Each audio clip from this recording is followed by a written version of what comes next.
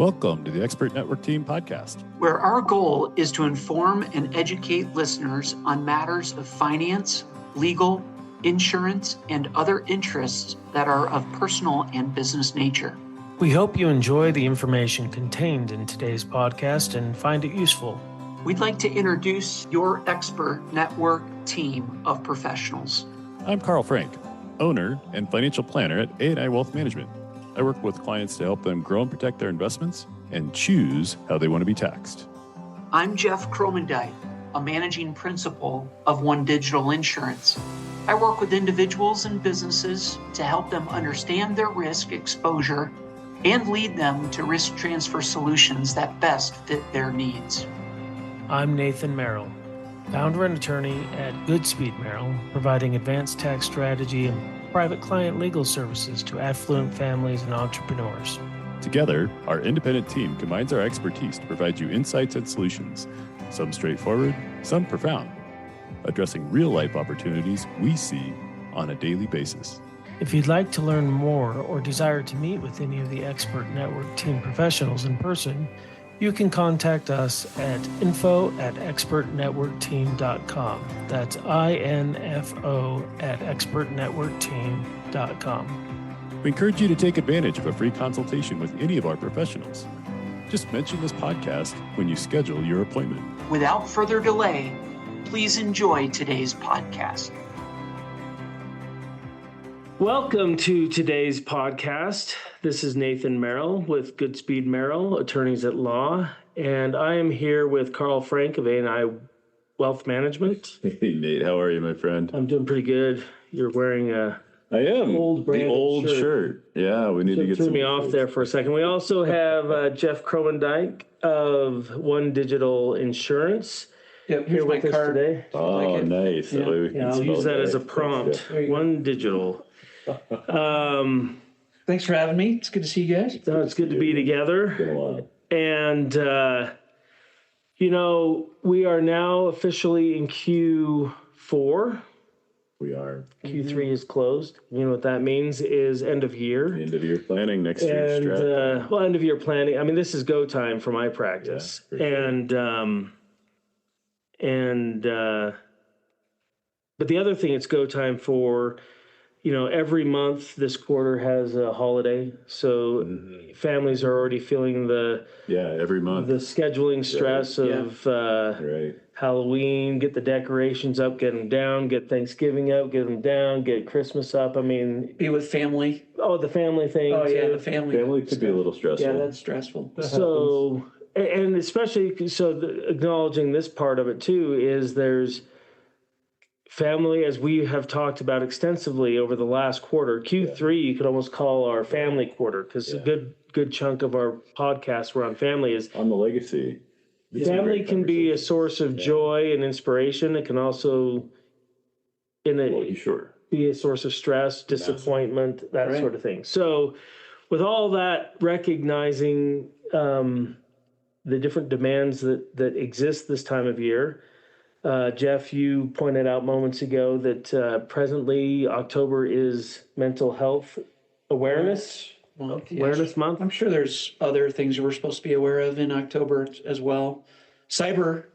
Oh, it's Cyber Insurance Month? Yeah, it's Cyber Awareness Month, going back to insurance. But, there's only 12 months in the year, so I'm sure everybody's kind of vying for their month. But anyway. So, yeah. It's stressful. It's all just stressful. It's just stressful. So, I thought it was Pro Bono Month. I thought it was a charitable month. Probably is. So, that would be a good way to manage stress, which is my own way of segueing into what we're going to talk about today is what are the things, recognizing that we will, each of us in our own unique ways, have stress bearing down on us, perhaps more than usual over the coming 3 months, our families, our children. What are some tested, true tested, whatever the phrase is, for ways of diffusing or dealing with stress so that you can be healthy, be energized, tried and true, time tested. Tried and true. Thank you. I actually have a book I just got yesterday up in my office. It's titled Cortisol. which is the stress hormone. And I can't wait to read all about that. It has no relationship to this. Because you don't have enough cortisol in your life. You got to read. No, I know cortisol is a problem. I do know. And if anybody needs a motivation to really engage with this podcast and start to think about ways they can manage their stress, cortisol is an aging hormone. So if you want to slow down your aging process, this is something that this event I was at yesterday, we studied quite a bit, was the aging process. But cortisol is one of those contributors to aging. So if you want to feel younger, if you want to feel healthier, if you want to have more energy, you've got to learn to reduce cortisol. I love that. Or reduce your stress, because I'm sure stress reduces cortisol. It does, but I think there's ways that if you develop better coping mechanisms for stress, you can still take the stress on and not have essentially cortisol overload. Right. But now we're getting into territory that I don't understand. That's an area of expertise. Only you would be so excited to read that book, Nate. I am excited. Well, I'll tell you. And paraphrase it for us. I thought it'd be an audiobook from Nate. I was thinking for sure it'd be an audible. This is, tease out a potential future podcast here. One of the other, we were presenting at this thing yesterday, not on stress. We were talking about charitable giving, which I think it's that kind of thing that gives meaning and purpose to life that does offset the stressors. That's a good point. That we can talk about in a moment. But the other presentation was on stem cells and the new stem cell treatments that are coming online. That fascinating stuff. That maybe we can get that guy to come on our podcast with us. Yeah. If you pay attention to current events, the gentleman who made that presentation was the former governor of Puerto Rico during Irma, Marie, and the earthquake. If you recall, this was during the Trump presidency, and the place was a disaster. Yeah, that's a rough ride. And he's a scientist, not a politician, but he was kind of the Trump-esque equivalent, being elected in Puerto Rico, no political background. And he came into just a complete disaster show. Not to mention, they have a $1.2 billion budget, and they had $400 million in the bank or something like that. So he had a lot to deal with. Without much money. And unfortunately, his term in office did not end well, which is what most people remember about him. But a super nice guy and super knowledgeable about stem cells. So hopefully we can bring him on. Great. And talk about that. But let's talk about stress. Let's talk about not just the existence of it or the things that bring it on, but how one best copes with stress. How do you handle stress? One of the best ways is exercise. Regular exercise, you get yourself into a routine. It's sometimes easier said than done, though, my friend, right? I had a routine, and then COVID ended and travels picked up again, and I went crazy with travel, and the routine went out the door. And it's still hard, I think, today to pick back up on the routine I had before. So let's talk about that, because I might have some ideas, because the routine has always been a challenge for me too. Mm-hmm. Make it a habit. Well, it's the habit side of it, but it's also, like you brought up the travel. I came across an app that I think was directed towards aging males, which is a category I now fit in. We don't know anything about that. None of us. But it was all calisthenics. It's all stuff you could do conceivably in a hotel room. Without a weight. Body weight exercise regimen, and it's a 30-day program, and you go from very basic stuff to doing more and more complex calisthenics. That's great. So things like that. If it's not just recognizing that exercise is a potential solution. You got to actually do it. And if you make it a routine. Find something that works. Yeah. Because if your approach is to say, I'm going to exercise, so I'm going to go to the gym, and then the gym becomes the impediment to your exercising. Actually do it. Mm-hmm. Then now you're creating more stress in your life because you've set an expectation and you're not hitting it. Right. This is why I try to set my expectations really low. I'm killing it. Yeah. As long as I carry on my phone, I can open the app and I can do a push-up. Right. But they were good exercises, and then so not only is exercise good for you because it's healthy and it gets you, but there are we've talked about tried and true. There's dopamine. Dopamine is the anti-cortisol, right? Exactly. Or what's the Well, there's another. Whatever it is, but that happens, and especially after you're breathing hard with aerobic exercise, and you just get that epinephrine. It might be. Yeah, I think that's the one. There you go. So, but dopamine is the one everybody knows. You feel good. You're like, ooh, yeah, baby, I feel good. So starting out the day with exercise, even a little bit, I understand goes a very long way. Yeah, for sure. Well, I think it's a great place to start because stress is often something that manifests itself internally. Whether we don't want to get too far into the semantics, but it can certainly begin in our mind and then almost manifest itself. Almost like I would just say in our hearts or in our soul or in our inner being, where it actually feels heavy, like almost like it can lead to a breakdown of sorts, or where you're feeling like heaviness on your chest. What I mean? And then there's definitely. It's just so. It can be I think from a physical, working out, being active. Which generates, of course, all these different, different things, and activates our different things in our bodies when we are physical. It just it's a great place to start. It just really, I think we're body, soul, and spirit, right? It's one, and so if you're addressing this from just one aspect of the three dimensions that we are, then I think you might be hitting on a little bit of it. But if you don't do anything physically active, you can probably count on having some stress. Yeah, for sure. Yeah, just get worse and worse. Yeah, I think exercise is awesome. Yeah, love that. Well, and just because you bring it up, because I know we want to try to hit several topics for people today, knowing that this is the proverbial third rail of social conversation, so we can talk about it generically, but there's the spiritual side of dealing with stress as well. And so this is not to necessarily be a plug for any particular denomination or faith, absolutely. But people who have a spirituality, however they pursue that or express it, can be a huge advantage in dealing with extra. And feeling like you belong, I think, is another thing. So oftentimes it's the community of faith that is one of those things that helps people through. It actually reminds me of a conversation I had with this gentleman about a study on mice that I think it's a Harvard study, but basically they would put mice in isolation.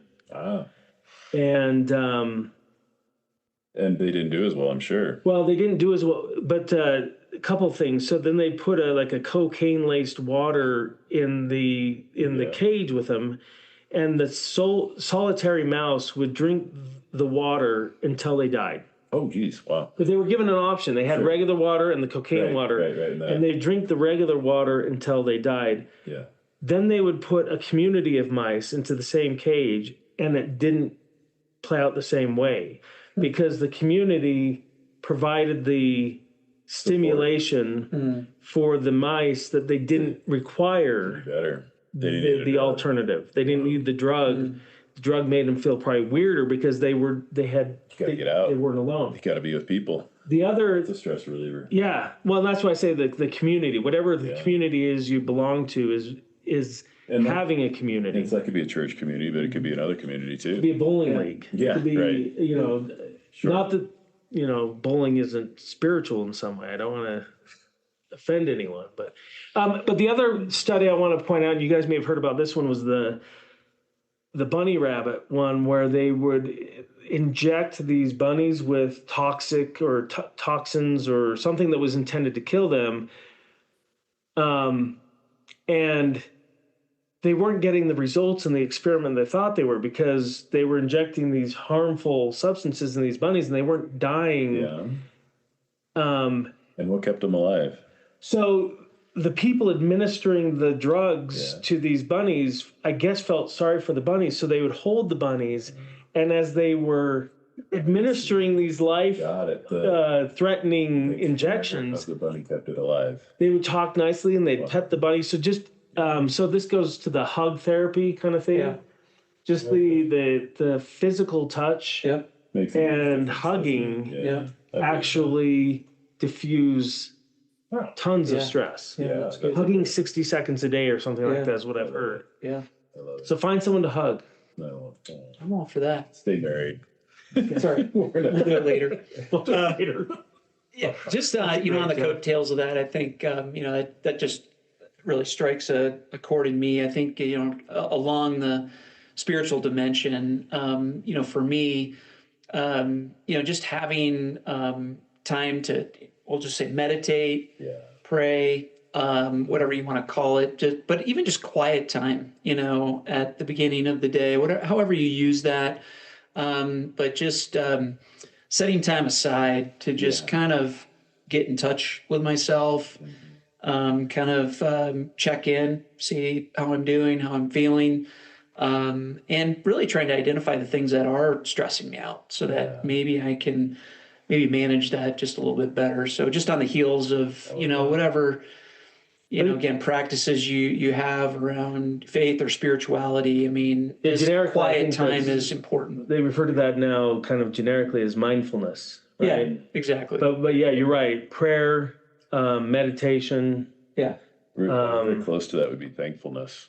Just a little bit of Oh, gratitude that's great. is huge too. I mean, just on another thing is gratitude. And this is where the charity comes into play too, because when you're outwardly focused, when you recognize the blessings, the prosperity that you do enjoy, and then you serve other people who are less fortunate, you are less concerned about what you lack. Look smaller. Or you don't even consider them problems anymore. Sometimes we make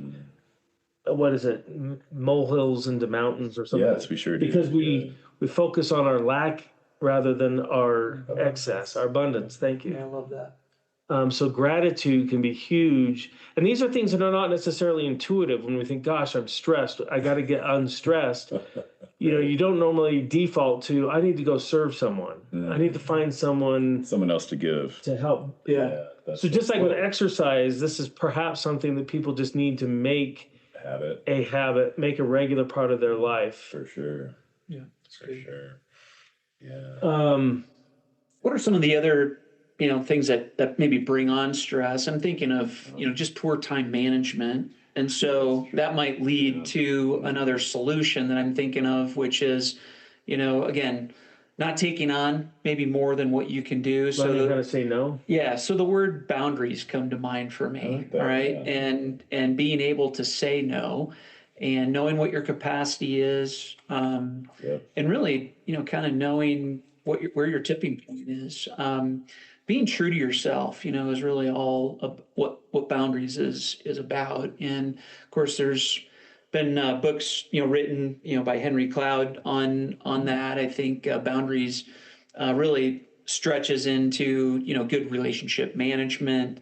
I mean, relationships can cause stress, right? So it could be because somebody's crossed a boundary that either you didn't put up or, maybe they crossed. Inappropriately. So I feel like, saying no is really hard for somebody like myself who's a people pleaser. And it just leads to a very busy schedule and really expectations that I can't come through on. And that stresses me out. I think that's a really good idea. Boundaries. I love it. Relationships are really key because they are stressors in our lives. They're also the most rewarding part of our lives. Sure. So I think having that in a healthy relationship is really big.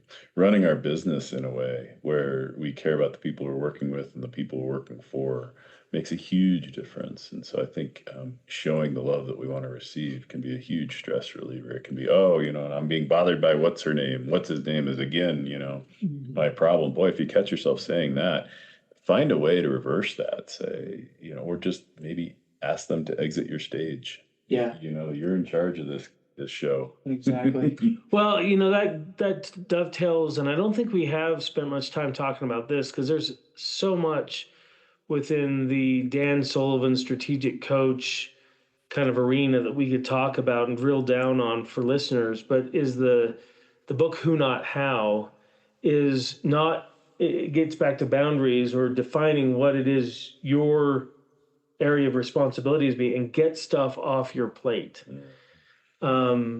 Stuff that is not within your gifting or, battery charger for you. Things that drain you are going to add stress to your day as a business owner. And stop kidding yourself that you're the only one that can do it. There's other people that can do the things that you do. You just gotta take that leap and start offloading things. This is something I've been learning a lot about personally in my business over the last year, is just firing myself from task after task after task, and communicating to the people that I'm offloading those to, like, this is yours. You own this. I do not own this anymore. Right. So you're gonna do great. Own it. Yeah, and then if you make a mistake, it's okay. Yeah. No matter what mistake you make, you can recover. Yeah. We'll be fine. You're gonna do great. Yeah. So. Yes. Really good advice there. Great stress relief. Yeah, and you find people can do it better than you, right? Yeah, often. Especially after they get used to it. You guys are now working with my team coordinator, so you know exactly how amazing just getting the right people, the right who's into the right roles. Schedule. Yes. Yeah. Well, she's very good. She's in my emails, so don't send me anything inappropriate. But that guy did. Well, he wants to hug later, so I'm stressed. Am I not involved? You're the closest one to I'm jealous. All right. But yeah, that's a big one.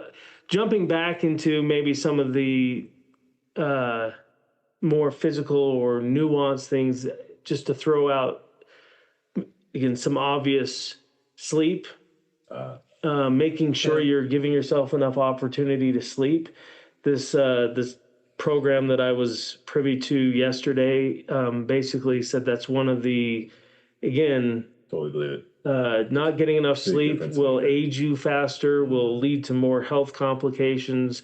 It's just huge. Water. Oh. Yeah. Colorado, we always talk about water. Yeah. Got to be drinking water. So.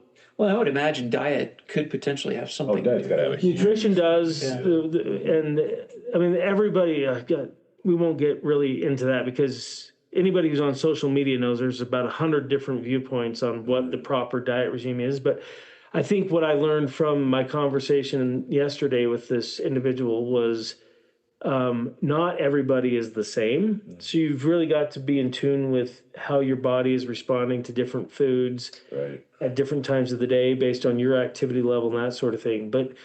But he pointed to an old Japanese proverb or something. They have a word for 80% full. Ah, yes. That's where you want to get to. That's where you want to stop. Yeah. So if as you're eating, you're thinking, if you're eating to clear your plate, which is how we all grew up. Yeah, sure. It's bad. Think about those starving Chinese. Yeah, exactly. Or Ethiopians, I might be a little. Africa. We were the same age. Almost exactly the same. I was never taught to be concerned about the Chinese. Mine was always Ethiopians. But the idea being, we were taught bad habits. Well-intentioned, but we were taught bad habits that are not serving us well. We have to learn how to break those. But one of my favorites, because when I have told people that I'm doing this now, they have looked at me like I am completely bonkers. Yeah. But he said, 100%, this is a good thing to do. Do you know where I'm going with this? I think so. Go for it. Cold plunging. Yep. Oh, jeez. I did that. I did my first cold plunge for the first time about a couple weeks ago. Wow. Yep. It doesn't take much. Some people go crazy, but he said even a few minutes in a cold shower will get you about 60 or 70% of the benefits of a full immersion cold plunge. Now, if you do a full immersion cold plunge, he says it has remarkable de-stressing impact as well as phenomenal aging benefits. Yeah. So time for the cold plunge. I think so. Yeah. Yeah, that's good. Man. Well, I don't know how much more time we've got for this session, but I'd say one last one or maybe one additional one would be remembering what's true. I think a lot of stress occurs when we let our minds go to places that just quite frankly aren't true, right? So that's the self-deprecating. Okay, well this is surely going to happen, and then if that happens, this is going to happen, and if that happens, and so now it just kind of builds into your overall stress. And the reality is 99.9% of the time that next thing probably won't happen. Doesn't happen. Right. And so just kind of, again, going down this rabbit trail of, oh yeah, it's over, this happened, so now this happens, and now this is going to happen. And it just creates this anxiety that we just can't get hold of. Well, and our good friend John Garner, I was on a call with him earlier today, and he pointed this out. Are you familiar with the phrase or the concept of the reticular activator? Yeah, he used that word with me earlier today as well. So maybe your call came after mine. I don't know. But or maybe ours came after yours, and he had it on the top of his head. But he's like, if I tell you to look for red in the room, you're going to see red. And then if I come back to you and say, well, how much white was there? You're going to say, I don't know. I wasn't looking for white. I was looking for red. Yeah. So it's the same idea, which is if you're looking for the negative, even if that negative premonition isn't what manifests, all you'll see is negative. Yeah. You find what you're looking for. Yeah. Seek and you shall find. Mm-hmm.